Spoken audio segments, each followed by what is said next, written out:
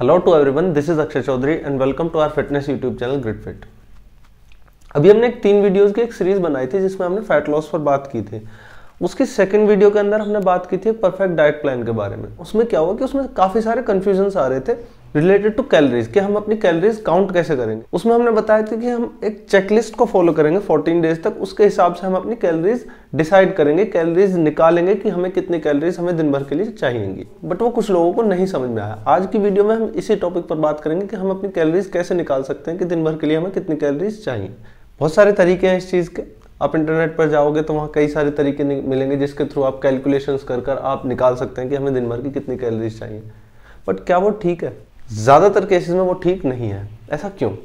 ऐसा इसलिए क्योंकि आप एक कैलकुलेशन कर हर एक बॉडी टाइप के साथ, क्योंकि सारे बॉडी टाइप्स अलग अलग होते हैं, सब सेम नहीं होते, आप उसको सब पर फिट नहीं बैठा सकते। अब बेस्ट तरीका क्या है? बेस्ट तरीका आप अपनी बॉडी से पूछेंगे। आप बाहर से डिसाइड नहीं कर सकते कि उसे कितना खाना चाहिए।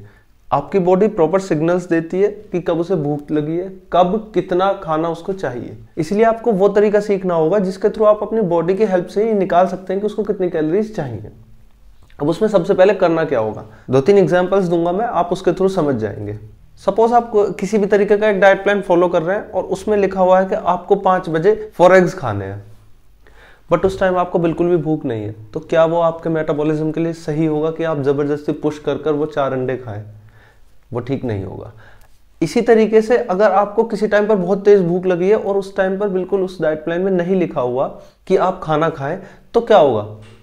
आपके मेटाबॉलिज्म के लिए वो भी बिल्कुल ठीक नहीं होगा। तो जो उस चेकलिस्ट में हमने बात की थी वो इन्हीं पॉइंट्स पर बात की थी कि बिना ओवर ईटिंग किए, बिना स्टार्विंग किए, मतलब भूखे रहकर जो आपकी बॉडी कैलोरीज कंज्यूम करती है वो आपकी एक्चुअल कैलोरीज होंगी जितनी आपकी बॉडी को नीड होगी। एक एग्जांपल के थ्रू ये भी समझाता हूं मैं।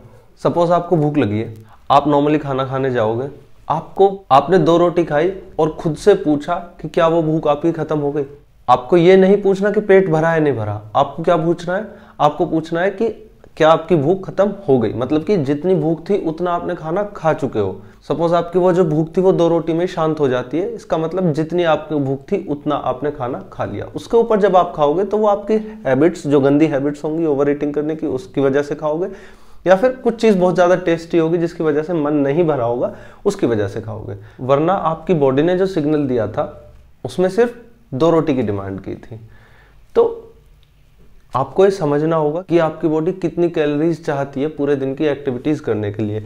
इसको समझने का सिंपल तरीका यही है, जिस भी टाइम भूख लगे उस टाइम आपको खाना खाना है, और खाना सिर्फ उतना खाना है जितनी भूख लगी है। आपको जबरदस्ती अपना मन भरने के लिए या जब तक आपका पेट फूल ना जाए तब तक आपको नहीं खाना है। तो इस पॉइंट से रिलेटेड आप समझ सकते हैं कि आपको ओवर ईटिंग नहीं करनी है। वहीं दूसरे पॉइंट पर भी आऊंगा कि आपको स्टार्विंग भी नहीं करनी है। कई लोग समझते हैं कि अगर हम कम खाना खाएंगे तो क्या होगा, हमारी बॉडी एनर्जी यूज करेगी फैट से, बट उसमें क्या होता है, उसमें हमारा मेटाबॉलिज्म बहुत स्लो हो जाता है। तो जब हमें भूख लगती है तो हमें उस टाइम पर खाना खा लेना चाहिए, तो जो हमारे ऑर्गन्स की नीड, जो बॉडी की नीड होती है वो फुलफिल हो जाती है। तो उससे जो हमारा मेटाबॉलिज्म होता है वो स्मूथली वर्क करता है, जिससे कि हमें फैट लॉस में भी ऑब्वियसली हेल्प मिलेगी। तो इन दोनों पॉइंट्स को आप फॉलो 14 डेज तक करेंगे। ऑब्वियसली आपको चेकलिस्ट के सारे पॉइंट्स फॉलो करने हैं, बट 2 पॉइंट्स का ज्यादा ध्यान रखना है अगर आपको अपना ये निकालना है कि हमारी बॉडी को कितनी कैलोरीज चाहिए पूरे दिन की एक्टिविटीज को करने के लिए। तो जब आप 14 दिन तक इसको फॉलो करेंगे तो आप देखेंगे कि आपकी जो एवरेज कैलोरीज निकल कर आएंगी पर डे के हिसाब से, उतनी कैलोरीज की आपकी बॉडी आपसे डिमांड करती है डेली के हिसाब से। तो आपको पता चल जाएगा इस प्रोसेस के थ्रू कि आपकी बॉडी को डेली की कितनी कैलोरीज चाहिए। तो मैं फिर से एक बार समराइज कर देता हूं। आपको ओवर ईटिंग नहीं करनी है। जब भी आप खाना खाकर उठोगे तो लाइट फील करना होना चाहिए, ब्लोटेड फील नहीं करोगे, पेट आपका फूलेगा नहीं, पहली चीज। दूसरी चीज, आपको स्टार्विंग नहीं करनी है, मतलब जबरदस्ती भूखे नहीं रहना है। जब आपको भूख लगती है, जब खाना जरूर खाना है, बट भूख के अकॉर्डिंग खाना है, मन को भरने के लिए नहीं खाना, भूख के अकॉर्डिंग खाना है। इसके बाद आप सारी चीजें नोट डाउन कर सकते हो कि आपने पूरे दिन में क्या क्या खाया। उसके बाद आप इंटरनेट पर जाकर आराम से सर्च कर सकते हो कि किस में कितनी कैलोरीज होती हैं। सपोज आपने 2 रोटी खाई तो उससे कितनी कैलोरीज मिल गई। उसके बाद आप दिन की टोटल कैलोरीज निकाल सकते हो कि आपने पूरे दिन में कितनी कैलोरीज खाई। तो बहुत सिंपल प्रोसेस है। अपनी बॉडी के थ्रू आप पता लगा सकते हैं कि आपके दिन भर में कितनी कैलोरीज चाहिए। आप अगर ये सब करने जाएंगे कि हमें 2500 ही कैलोरीज खानी है, 2000 ही खानी है, उसमें बहुत सारी चीजें गलत हो जाती हैं। उसमें हमारी चीजें ऐसे वर्क नहीं करती जैसे हमारी बॉडी चाहती है, उसमें हमारी चीजें ऐसे वर्क करती हैं जैसे हम चाह रहे होते हैं। उसमें क्या होता है कि जो बॉडी की डिमांड होती है वो फुलफिल नहीं हो पाती। और बॉडी की जो डिमांड होगी वो फैट स्टोर करना नहीं होगी। बॉडी आपसे इतना खाना नहीं मांगे कि आप जबरदस्ती खिलाकर उसको उसमें फैट स्टोर करो। बॉडी उतना खाना मांगती है जितनी उसको नीड होती है। उसके बाद जो हम खाते हैं वो ओवर ईटिंग करते हैं और अपने मन को भरने के लिए, पेट को भरने के लिए खाते हैं, जिससे कि हमें हेल्प नहीं मिलती फैट लॉस में। तो आई होप ये आपको समझ में आ गया होगा कि आप अपनी दिन भर की कैलोरीज कैसे डिसाइड कर सकते हैं कि आपकी बॉडी को कितनी कैलोरीज की नीड है। आई होप ये वीडियो आपको अच्छा लगा होगा। मिलते हैं अपनी नेक्स्ट वीडियो में। Thanks for watching this video.